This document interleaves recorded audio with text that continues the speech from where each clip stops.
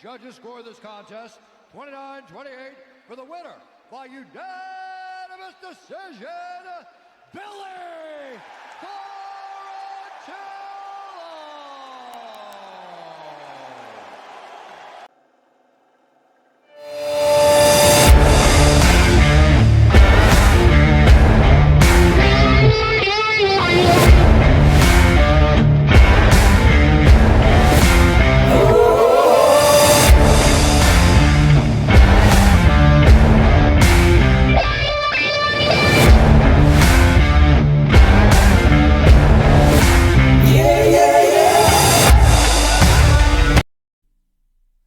What's going on, guys? This is season 1, episode 17 of the Rise SG podcast, and today we have UFC fighter Billy Quarantillo on for a podcast known as Billy Q. What's going on, Billy Q? Appreciate you being on here today. Yeah, Jordan, thanks for having me, brother. Yeah, of course. All right, so first things first, I just want to know what got you into mixed martial arts. It's a good question. I would say the quick version of the story is I grew up with 3 older brothers and an older sister, so I was always kind of playing rough with my siblings, and that led to me, anytime I would play sports, play hockey, play football, we were always trying to hit people, trying to fight with people. That kind of led into that mixed with not really knowing what I wanted to do post high school, post career. I kind of developed a love for combat and a love for fighting over the years.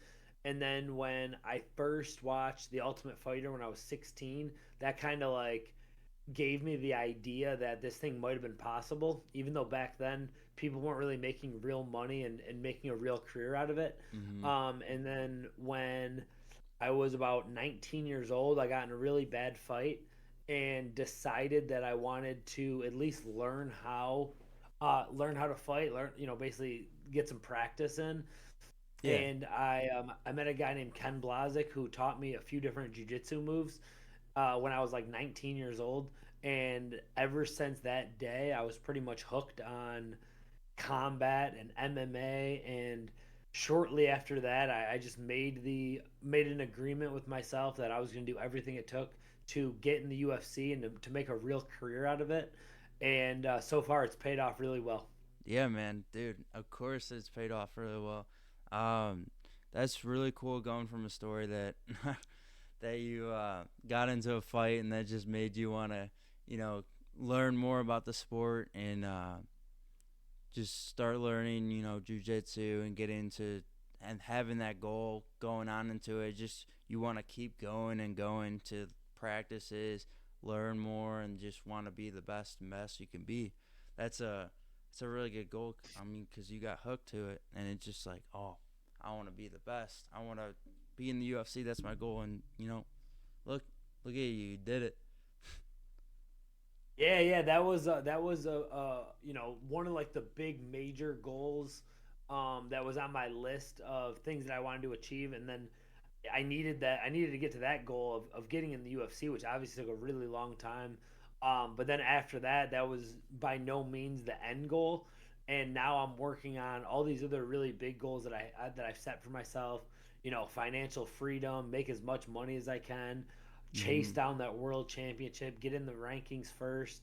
Get in a UFC video game that's still on the list. I've crossed out some other really big ones. Got my own sports card. Was able to buy my own house. Awesome. A lot of other personal stuff with my family that I've been able to achieve with the help of MMA and the financial stuff that comes with that. So I'm at the point in my career. I'm really grateful with how far I've come, and I still have a long way to go. I'm really excited about that journey that I'm still on right now. Yeah, man, you got a journey that's gonna keep coming, and a lot. That's a really like good goal to have when you're just like get a house. Are you like one of those fighters? Because I've seen all over like social media that there's fighters that focus on other goals too. Like I've seen guys that are in like have a other job to get money. They just want to get as much money as they can.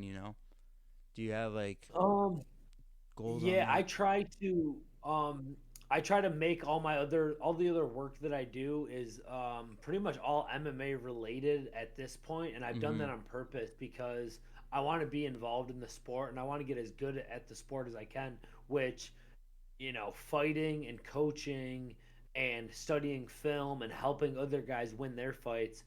uh it's a way you can make money on the side, but what it really is every minute that I put into doing something productive, it's going towards that same goal of, becoming a world champion, eventually coaching a world champion, and just soaking up as much knowledge and learning as much as I can about the sport so I can use it to beat my opponents and to reach that ultimate goal of financial freedom and a world championship, and then coaching a world champion.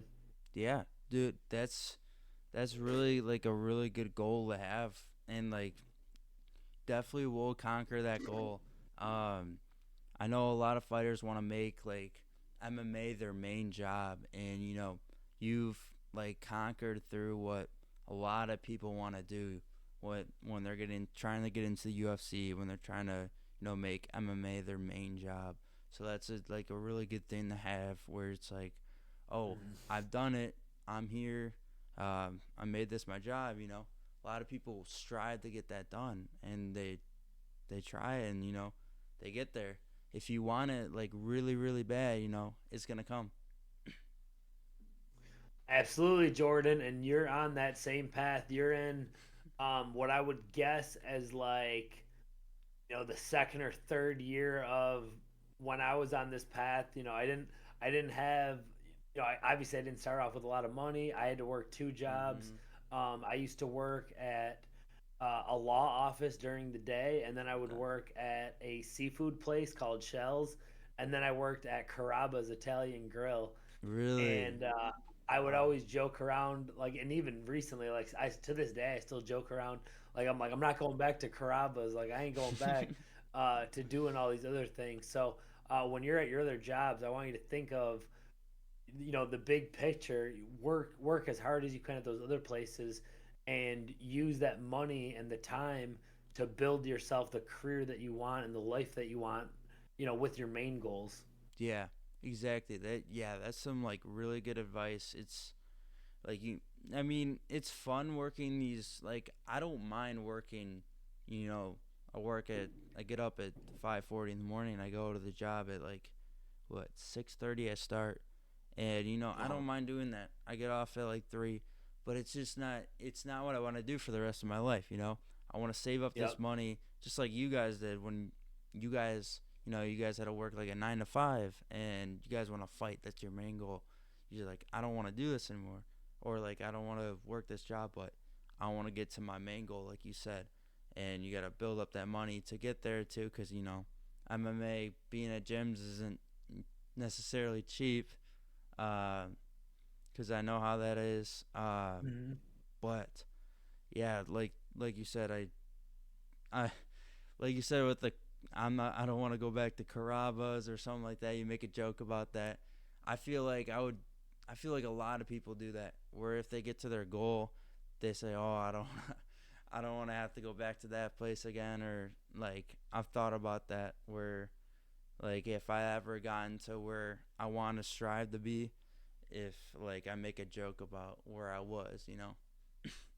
But that was a really Absolutely, man. Let it motivate you. It always motivated me that, when I was coming up, I would work the job at Carrabba's, I would work at this law office, and then I made sure, like, if I was gonna ever miss a day, it wouldn't be I would never miss a day of MMA. It would be I would miss a day of a job that was just helping me mhm. get to like my main career. So put twice as much effort into where you want to be, in the next 5 years and 10 years. Don't waste all your energy making someone else rich. Put that money into yourself, invest in yourself, and it'll pay off, man. It won't happen overnight, but it's very possible, and it took me a long time to get there. There was a lot of frustrating nights, a lot of Yeah. a lot of that. Sometimes you let that doubt creep in of, Is this dream ever going to pay off? Is this what, for me, it was, all right, you're already 21 years old. You've never trained martial arts before. Like, what makes you think you're going to be able to outwork all these thousands and thousands of people that want your spot in the UFC? Mm-hmm. What makes you think you're going to do what they're not going to do? You know what I mean? So it just takes like that every single day. You just got to wake up and put the work in and train like there's someone out there that's trying to keep you in the same spot you're at right now.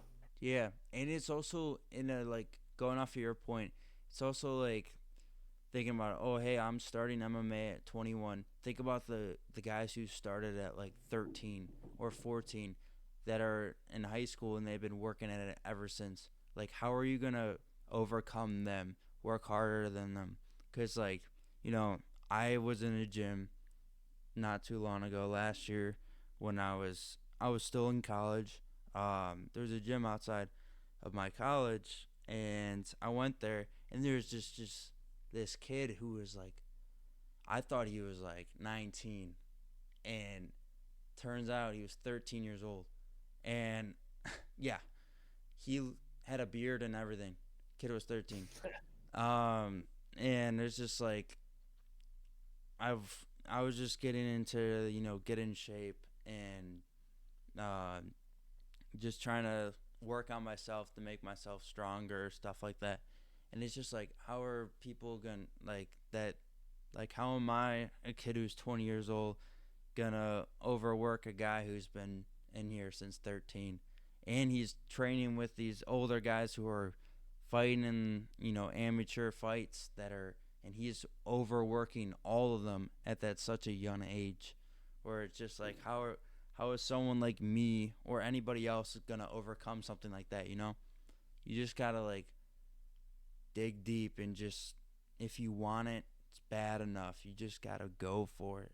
And just, I know, like you said, on your journey, there's a lot of like frustration that comes out of it, and it does happen. There's a lot of times where it's like, you know, there's one bad day or couple bad days, but like later on, it's all gonna be worth it. You know, it's it's all gonna be worth it. Very true, man. Very true. Just gotta stick with it. I wanted to ask what. So when you were working, because you said you worked three jobs, right? Because you said you had three. Yeah, How did you yeah. Well, I manage? moved. What's that? No, you go. Yeah, yeah. So obviously, I moved to Tampa in 2010, and immediately I signed up for the gym that I'm still currently at, Gracie Tampa South. And I started off. I've had several jobs over the years. I started off working as a cook at a golf course, basically just serving food at a pool bar to a bunch of really rich people that were like country club members. Well, that's Then nice. that transferred into my. Uh, it was called Shell's Seafood. I would serve tape. I was a server at a place called Shell's Seafood, and that was like only like low income people went there, and like the tips weren't really that good. The Mhm. people were super rude because they were like, it wasn't really fancy place. It wasn't like the highest quality of customer. And then that turned into working at Carrabba's and then the law office. The law office was finally like a day job where I would work there during the day. I would basically work at the law office during the day, and then I would train every single night, Monday through Friday. No, Monday through Thursday. Friday, I would sometimes work both jobs, or I would train during the day and then, kind of mix in the other two jobs here and there. And then Saturday, I would train in the morning and then work at Carrabba's Saturday.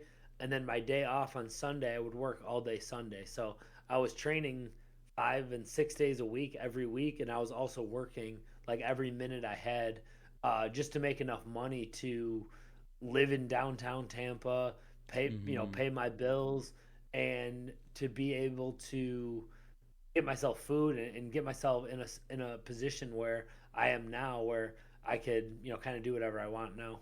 Yeah. Wow. Dude, that's incredible, man. Like, kudos to you for working those jobs and still chase your dream while you have that, man. I know Of how course, that man. I feels. would do it. I would do it again, all over again, if I had to.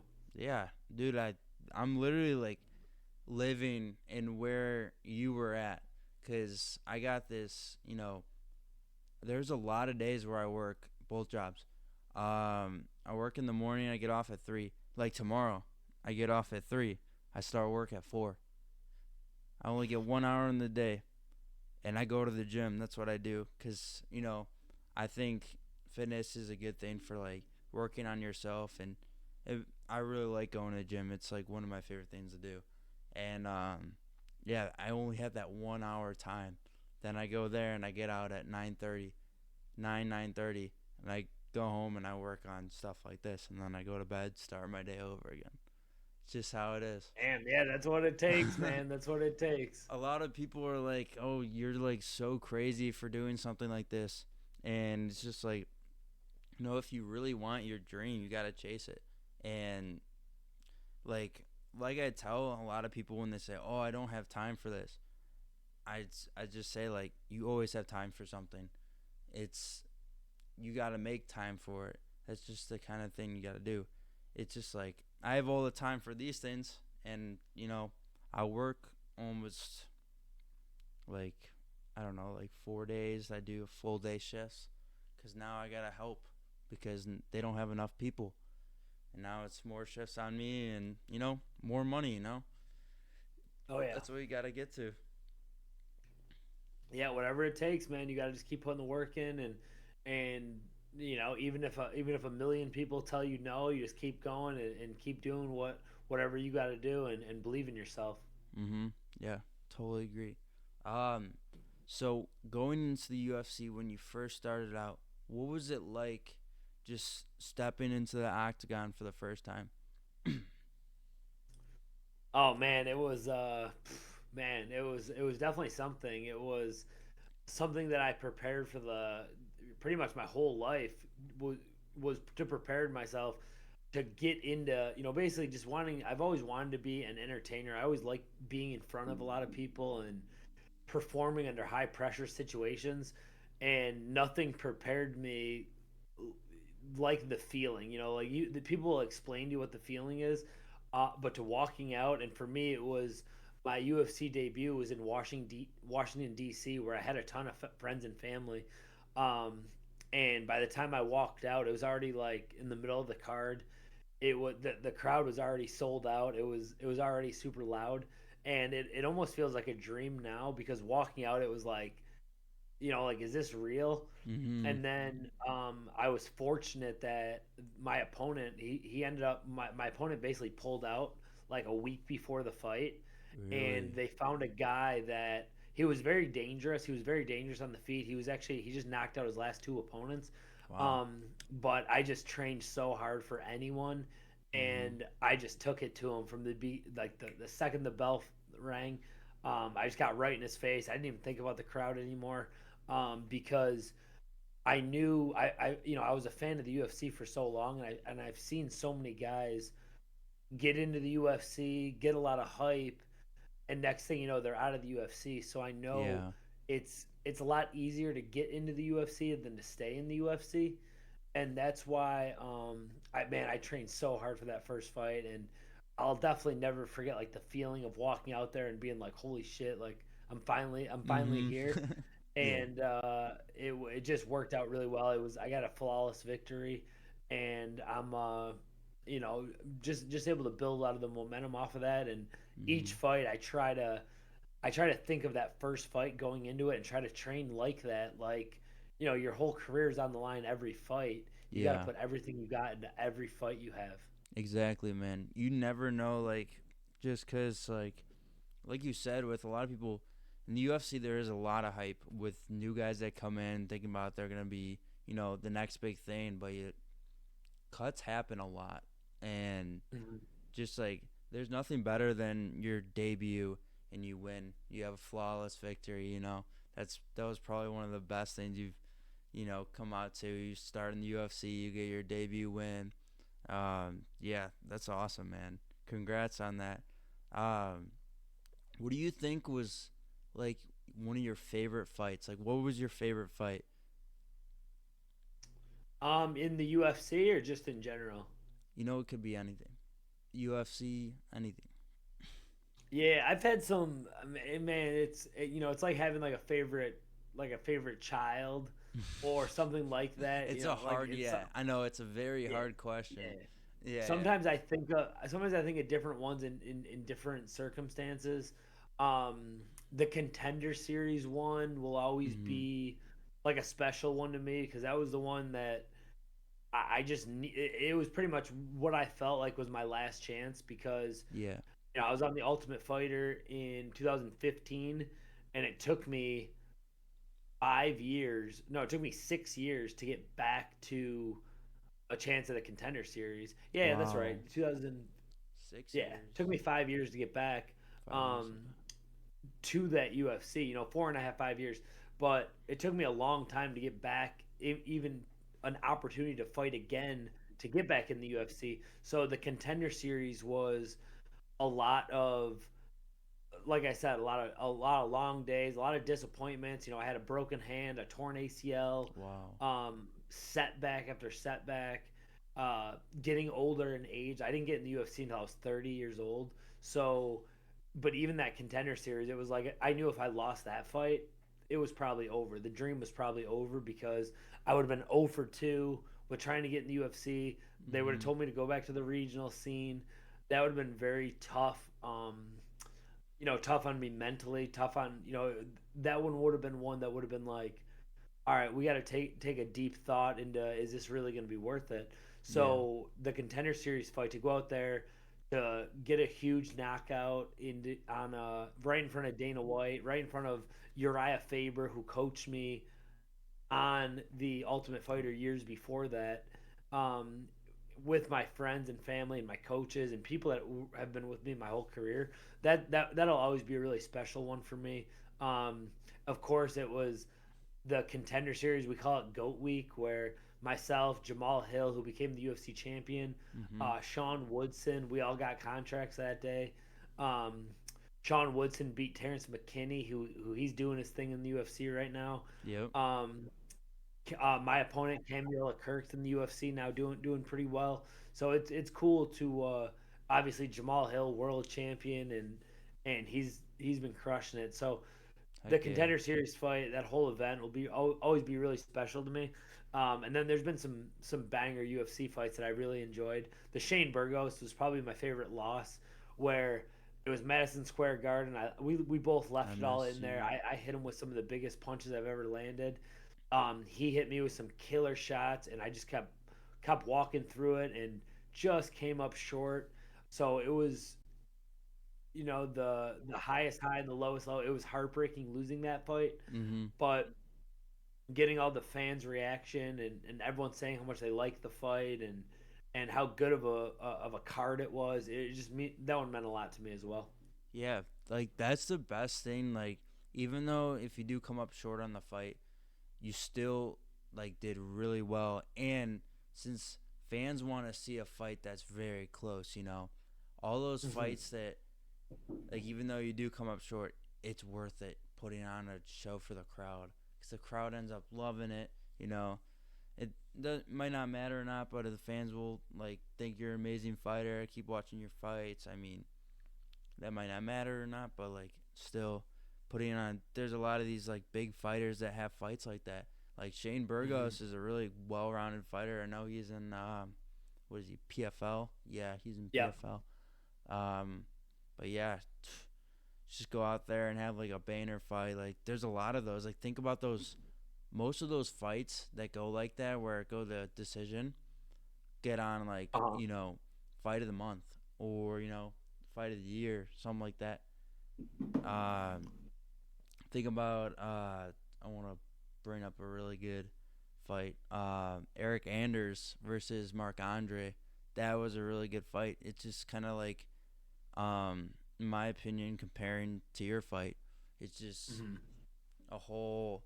That whole match was excitement. That's what the UFC is all about, in my opinion. You just want to put on a show, and you also want to go out there and work your ass off and try to be the best you can be. Absolutely.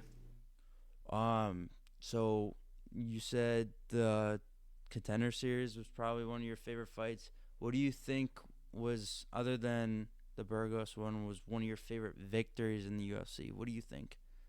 Other than the contender Yeah, series. I mean, they're all special. I would say probably one of my favorite is probably the Alex Hernandez fight. Okay. It was a big well, I got a performance bonus for it, and it was just one of those fights. He was a big name to me, especially because I was watching him. Even though I think we're around the same age, if not, I might be a little older than him. But he was in the UFC way before me. Mm-hmm. He fought Cowboy Cerrone. He knocked out Dariush. He won some really big fights, Yeah. and it was the Las Vegas pay per view at the end of the year. I was not only was I coming off a loss to Burgos, but I didn't fight at all that year because I got injured earlier in the year. So again one of those really tough years for me where I was coming off a loss, and then I was coming off a year layoff after that. And if you ask most fighters, you always feel like you're just as good as your last fight. So to take a whole year off a loss and then having a fight canceled, I felt like it was I was down a little bit, and so to come back, um, have a really tough first round. Not really, I felt like I was doing well, but he landed a big shot that busted me open. Mm-hmm. And to come back in the second round and to really put a pace on him and get a TKO finish. And a performance bonus. That one will always mean a lot for me, and that's why I have it right here. This is Alex Hernandez. This is the my last fight, the Damon Jackson, and this is the Alex Hernandez fight. Those have been the biggest financial gain fights for me that I've had so far.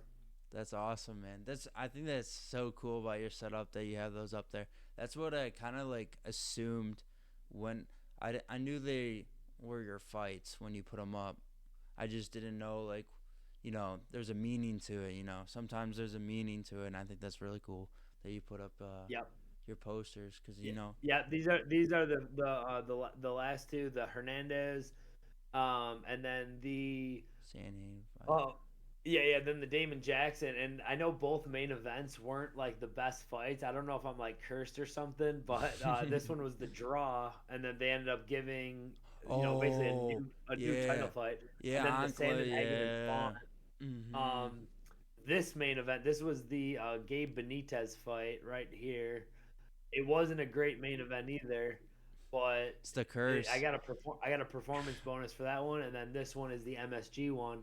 Usman versus Covington. That was a really good main event, Yeah, and then that that was. fight also had Gagey and Chandler at the bottom there, and obviously a really exciting fight. They Mhm. fought right before us, and it ended up winning like fight of the year on like a bunch of different promotions. Yeah. Uh, yeah, that Enclave versus Blachowicz. That was a. Yeah, I actually remember when I was at my gym, we watched the fight, and yeah, I saw you versus Alexander Hernandez. That was a great fight. yeah. I saw all the fights that night. You know, there was a lot of fights on that card where I was like, like, bummed out with, of course, like on the main card mostly. That's kind of just where I thought that, that Enclave fight, that was him. I think he won that. Even Yeah, like, it was super close, and then hmm the co-main event was Patty the Batty and Jared Gordon, and I thought Jared Gordon won that fight too. We were actually yeah, at me. It was me and Matt Frivola because he was in my corner, and we were at a bar with like a bunch of my family, and like Sugar Sean O'Malley and his crew were there. really, And it was just a cool thing. It was a cool little post fight, but yeah, the main event and co-main event weren't very good, and unfortunately, I still haven't watched the Sandenhagen versus Font. I'm a big fan of both guys, hmm but we went to like an after party and we were watching some of it, but I just wanted to like live in the moment and hang out with like my family and friends and everyone for the night.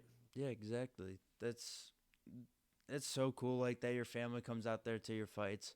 It's like a good memorable moment you can have as a family. Like even just going out there, then you get to spend time with them after you're done.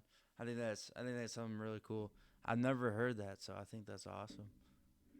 Oh yeah, dude, my family is they're super supportive, and like I was saying before we got on camera, Um, they we don't all get together a lot because I live in Tampa. I Mm-hmm. have like half of my family in Virginia and the other half in Western New York. I'm the only one down here. Me and my wife and kid now.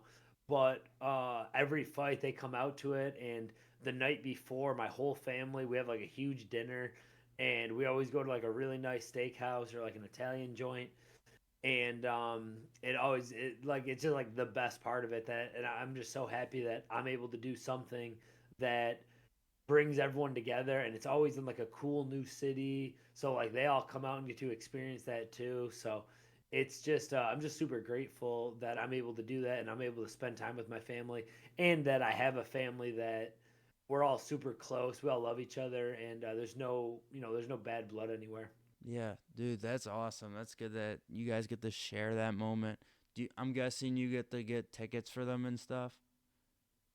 That's No, honestly, really um, because the UFC gives us like 4 tickets that I always okay, I always give to some of them, and then they give us like a friends and family discount, which okay. is fine. Like I get it. Like they're not gonna give Yeah, 100 that was people a a free ticket each question. time. That was a question, just so you know. That wasn't like a assumption. I was just kind of asking if they did. Yeah, yeah, yeah. No, and I'm actually glad to clear the air because every fight, random people that I haven't talked to since high school will hit me up and be like, "Hey, man, like, can I get a couple extra free tickets?" Or like, "Do you got the Okay, hookup?"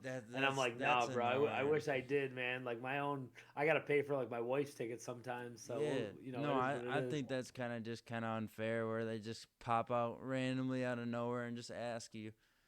I mean, you know what I mean. It's just they see your. I've talked about it with a lot of the fighters. It's like if people see your success, they want to be a part of it. Yeah, It's gonna. and it means more to me. It means more to me to do it with the people that were Have been with grinding you. with me when I was Yeah. broke, when I didn't have, because when I was coming up, there was a ton of people that we all thought were hopefully going to get in the UFC. We're going to make a lot of money doing this, and a lot of them just fell off. They just stopped training, or they got hurt, or they just started a different job, or whatever the case may be. So the ones that really stuck with me and helped me get to where I am, and I'm able to help them get where they are, it means a lot. Frivola is one of those guys that we both remember where we came from. We used to train so hard together, and to see us both, we both have. I think he has 5 wins in the UFC. I have 6. He's on a huge 3-fight knockout streak, and he's getting what he deserves, and I'm getting what I deserve. It's we always look at each other and we just laugh how far we've come. Mm-hmm. That's a special moment. Even like with like friends, even before you were in the UFC, like seeing like you and a good friend that you trained with that are both sharing that journey. That's like something awesome. Just seeing like Mhm. friends being on the same path, being in the same organization, just both sharing the same journey. I think that's really cool. I think it's awesome that both of you guys share, corner each other's fights, always there for Mhm. each other. I think that's awesome. Yeah, man. It's always the best. It's the best with the people like that. Farrell is one of them. I got my boy Matt Buns, who I grew up with.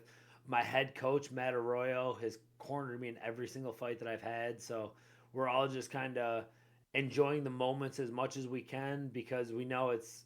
I always think like every fight, like, I'm like, this could be your last fight. Like, who knows what's gonna happen? Mhm. You could go out there in your first fight and break your neck and never fight again. So I try to enjoy it as much as I can, and at the same time work myself to put myself in a position to take it even further. Yeah, that's a really good mentality to have. Like fight like it's your last. You never know what's gonna happen, so that's why you gotta just grind it out and just go out there like you said. You perfectly said that right. Definitely did. Thank you. I do my best and, with words. all right, I do want to know what is one of like your craziest experiences like in the UFC. Like it could even be like after the UFC, like crazy moments you've had. Like it could even be like going to bars or anything like that. Just want to know. I want to know a crazy In the experience. UFC. Yeah, anything. Like I want to Okay. know. Craziest moments. Well, we've definitely done our share of partying with some, some big names and some fun stuff like that. Mhm. I would say the craziest thing that I've been a part of, which I'll always, again, this is another one where I like look at it like it was like a dream, was when during the pandemic, I I took a few of my fights at the Apex, this and that. Mhm. Um, Me and Fervol, like the two things, me and Fervol were together on both of them. So he was supposed to have a fight. It was like 2 weeks after my fight. I'm pretty sure he was supposed to fight Frank Camacho, who I think he would have knocked out. Um, but when we got there, we tested for COVID, and I actually Oh tested positive. shoot. I was one of the first people that like tested positive, and I had no idea I even Really? had anything. And so basically, and he's still kind of not mad at me about it, but we joke about it. So they had to cancel his fight because I was with him. So like they thought like he could have like COVID, and they made us stay in this hotel, basically like quarantined for like the Yeah. whole week. And then we Wow. had to drive back to Tampa from Vegas. We got a rental car, and we had to drive from Vegas. We ended up driving and stopping. We drove most of the way. We drove all the way to Tennessee, Dude, that's and far. we stopped at one of my buddy's houses, and it took us like a day and a half to get there. And when we got there, it was Saturday, so we watched the fight. And I'm pretty sure the guy for Vola was fighting ended up getting knocked out right away.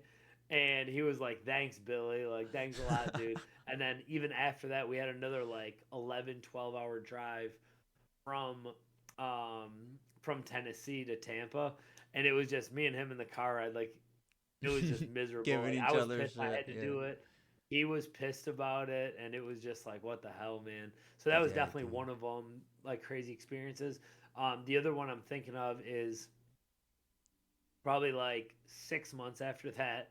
He ends up getting a fight in Abu Dhabi, and Okay. again, it was during the pandemic. So when we fly out there, we have to Shoot. quarantine at this really nice hotel, Mhm. and everyone working there are just walking around in like hazmat suits. So like everyone has like hazmat suits on, and they're checking all of us for COVID, and we have to quarantine again, and like all this crazy, like we were like literally like prisoners almost. We were stuck in this room, and it was just looking back now how like ridiculous it was. It's just so crazy to me that it got that bad that fast, Mhm. and it looks like it set the precedent for what's going to happen in the future. So it's obviously a little nerve wracking to think of what could happen. But Yeah. just looking back on that, it was just such a crazy time. Dude, it was crazy for like everything. Like going into the pandemic, I was a junior in high school, and it was crazy because it was like little rumors, like people talking about it. And there's Uh like huh. 2 days later, we're not in school, Yeah. and like we didn't. I think it was maybe like 2 3 weeks until we actually started doing online stuff, and that just like, dude, that honestly just sucked. Like that's my Yeah. opinion on it, because it's like wasn't school. Like, dude, it was like some like I wish like I grew up in the stage of like where you guys were. Like my brothers graduated in 20 2011 2013. It's just like that's when life was like simple, and now I feel like it's just sometimes like even with these viruses or stuff that's coming, it's just I don't know. I wish like for everyone, even when the UFC COVID was so bad, like Mhm. even the best like NBA, they had the bubble, and I'm just glad that stuff's over, you know? Yeah, well, hopefully it is, but I have a really bad feeling that this is just Like the stage. first thing that as a society that we have kind of accepted that safety is Mhm. more important than freedom, and it looks like it's gonna continue to set that precedent down the road. So it'll be very interesting. It's very it's a little scary thinking about like what our kids are gonna have to go through and what the Mm-hmm. next generation is gonna go through. But there's not a whole lot people can do, but get out there and vote and do your best. Yeah. No, yeah. I feel like we might be just like feeling like this was the first wave that COVID Mm. actually did hit. I have a feeling that some people might be prepared for it, some other like for it to come again, and some people might Yeah. not. Cause I actually had it like 2 months ago, and then when I came back from Florida like 2 weeks ago, um, fun fact, when I was passing by the in Nashville when I was driving down, like literally the day of your fight, I was Oh driving. wow. Yeah, I was driving down because I wanted to go so bad, and like driving right past Nashville where the fight actually was. I was like, oh, like why the hell do I have to be driving down to Florida? Like, um, but yeah, I came back and I had some like crazy virus that I picked up, and I had a fever for like 2 weeks straight where it didn't go down, and I took like strong meds, and it was just weird. It wasn't COVID, it wasn't anything like that. They didn't find anything. They're like, "Oh yeah, you have a fever." I was like, "Yeah, I know that." But like Yeah. they wouldn't do like blood tests, and it was kind of sucked. Just cuz with the whole, I don't know, I hopped on a new like a new doctor and stuff, and it was, I don't know, a weird switch. But yeah. Yeah, man. It's that. Yeah, I don't know, man. It seems like a lot of people are getting it now, but it might not be as bad anymore. So Mhm. I don't know. Yeah. Hopefully it's over. Hopefully. Agreed. So one thing that we do here on the Rise SG podcast, where one thing we stick to is, one thing is that I keep going every day for me is a why. So why is like, why do you do this? Like, what got you motivated to keep going with this? So like, my why. I've told you my why before we started doing this Mhm. podcast. My brother, 100%. That's why I keep going, keep motivating. That's why I want to be the best of the best with this podcast, for sure. What's your why? Like, it could be who, it could be what, it could be anything that keeps you going. Yeah, that's it's something that I get asked and we talk about a lot, and it's definitely changed over the years.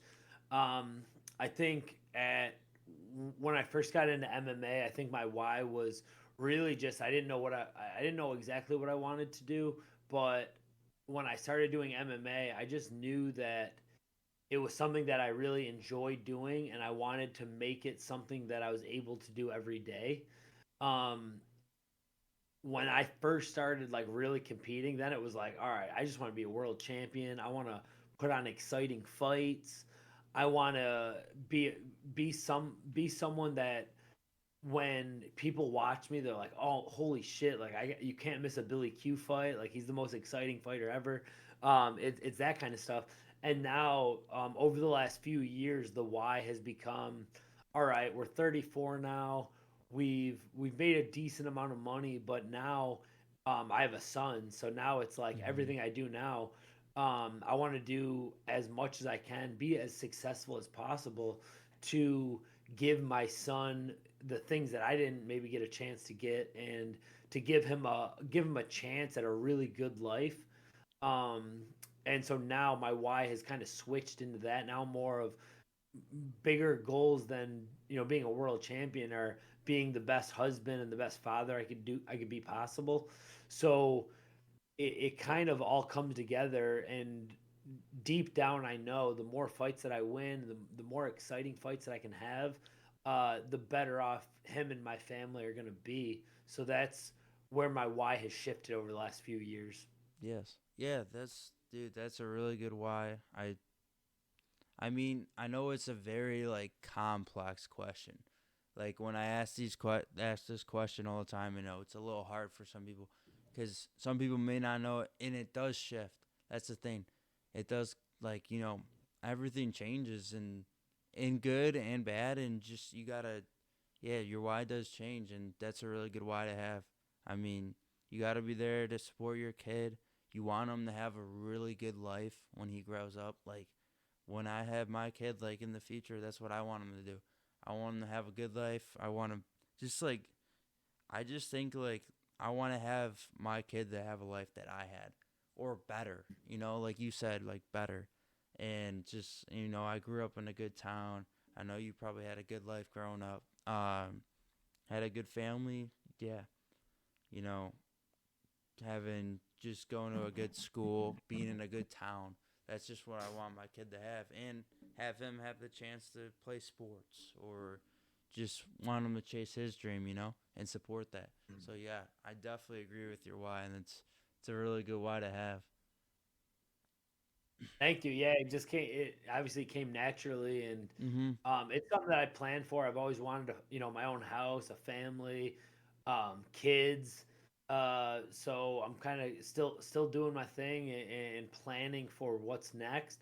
But right now, I know there's a lot of big fights that excite me, and a lot of opportunities still in this fight game that I'm gonna do everything I can do to make them happen. Yeah, dude. Yeah. Also, as a like just your kid growing up and seeing like his dad being a UFC fighter, like how cool that is for him, and to look up to you as a father figure and an idol, You're just Mhm. like performing and doing what you do, trying to make sure that you put on the best fights, and yet he's there supporting. Same with your wife. She's there supporting you and just seeing how, and they're both on this journey with you going into the UFC. Mhm. So Absolutely. yeah, I think that's amazing. Um, last thing is kind of do a topic that you guys want to choose. So what's one topic that you want to talk about? It could be anything, anything. Me? Yeah, yeah. It could be anything, like any topic that you want to choose. I have no idea. What are you a fan of? Besides basketball, what are you a fan of? I'm not What's your okay. second favorite sport? My first favorite sport is UFC, And then what's your second? soccer. Oh man, soccer. All right, what do you think about this? I'm not a huge soccer, so I grew up. Um, we kind of I had a couple friends on the soccer team, but we made fun of a lot of the soccer players just Good to because know. like we're from a rough area in Western New York where like Okay. soccer was kind of like a girly sport because we played like hockey and football where you would like smash each other, Yeah. and all the soccer players were like a little bit softer. But I do have so much respect for the sport because I know how hard it is. Mhm. And like I said, I had some friends that were really good soccer players that were really good athletes, and I've become a lot more interested in it, especially like the World Cup, Yeah. watching Team USA, and now watching Messi in Miami. I've seen some of his highlights and some of that. It's been pretty exciting to watch as an American. Um, Mhm. but now that like football season's right around the corner, and then the Yeah. Buffalo No more. Sabres and hockey, like those are like Buffalo Bills and Buffalo Sabres. Those are like my go-to teams in the sports world. Yeah. Yeah, because I know you said that you were into hockey and football back in when you were younger. That's cool. I'm Uh-huh. a, Chicago fan, so I gotta go. I know you might. This sounds different, but I'm a Packers fan. Fun fact. What? Yeah, No, no. you're one of those guys. You Okay. live in a you My live in a brother, city my and you brother lived in my brother you're lived a in fan of Wisconsin. the rival team. My brother lived in Wisconsin, and we were both Green Oh Bay fans. man, So it's kind of like it's not like a switch up, not that bad. No, it's not like I used to be a Bears fan or anything. I never was a Bears fan. That's Oh, the okay, thing. that's good. That's acceptable then, as long as you Yeah, didn't yeah. switch I sides. never was a Bears fan. I've been a Packers fan. Always been a Packers fan. But no, what you're saying with the whole Messi going to Inter Miami, I think that's really cool. It's something that I never really suspected to happen. Him going to the MLS, because I don't know if you know, but he got offered like $400 million to go to a Saudi league because Hmm. Saudi is bringing in everybody in their power because of how much money they have. Yeah. So, and he turned them down because he didn't want to play there. Um, but Ronaldo plays there. Uh, but yeah, it just shocks me that he went to Inter Miami and some of his old teammates followed him as well, which I think is so cool. Back on Barca when he played, and Yeah, that's dope, man. They stuck with him, and what you were mentioning with the Saudi with the people in Saudi Arabia, it's very interesting with what they've done with golf, with like the Live Golf Club. mm-hmm, They pretty much bought, basically invested a huge amount of money into that, and they've merged with the PGA, and now there's a huge Saudi Arabian interest, and I think they actually bought part of the PFL, the Pro Fight League. So it's really, pretty interesting to see them come in with all this money and all these opportunities, and it'll be interesting to see how America reacts and what happens, in the next few decades yeah, with all the with how much money they have and what they're able to do. yeah, dude, it's crazy. Like with how uh just like you've seen how many players. I don't know, you probably haven't seen it, but like how many players switched up just for the money to go to the Saudi league. Like first, it was a lot of people that were older because that's kind of what you do. You want to play in the Premier League. You want to, play in like a really skilled league because that's what you want to do. You want to show that you're the best when you're getting in there beyond the team. But just with the Saudi league, it's weird because there's been some players like there's this guy who played for this team called Newcastle in England. You probably don't know what that is, but his name's Alan Saint Maximin, and he's 24 years old, and that's young for a soccer player.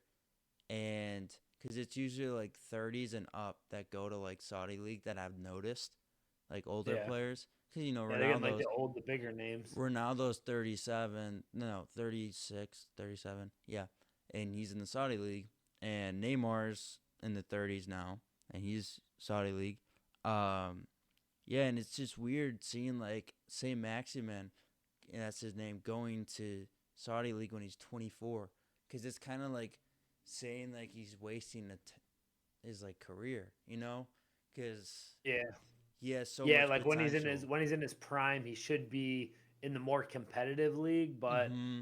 if he's getting the money he wanted, money is it's important. It's something that, like, as a kid you didn't, like as a kid I watched, I'm like, oh man, why are these players leaving my team? Yeah, And then you get older and you realize, like, it's for money. money can solve a lot of problems, and especially when you start having a family and bills, and not only does it solve a lot of problems, it gives you more freedom with time and stuff like that. So I get it, man. I get why he's probably doing that. Mm-hmm. But it'll be interesting to see what the Saudis do with other sports, and how they're gonna change the landscape of a lot of American sports. I think they're gonna do a lot. I know they did make a I know way back. I think it was one of the first sports WWE they made having them have a lot of because I know they had it was back in like 2018 where they had WWE go to Saudi and oh oh you still there? Oh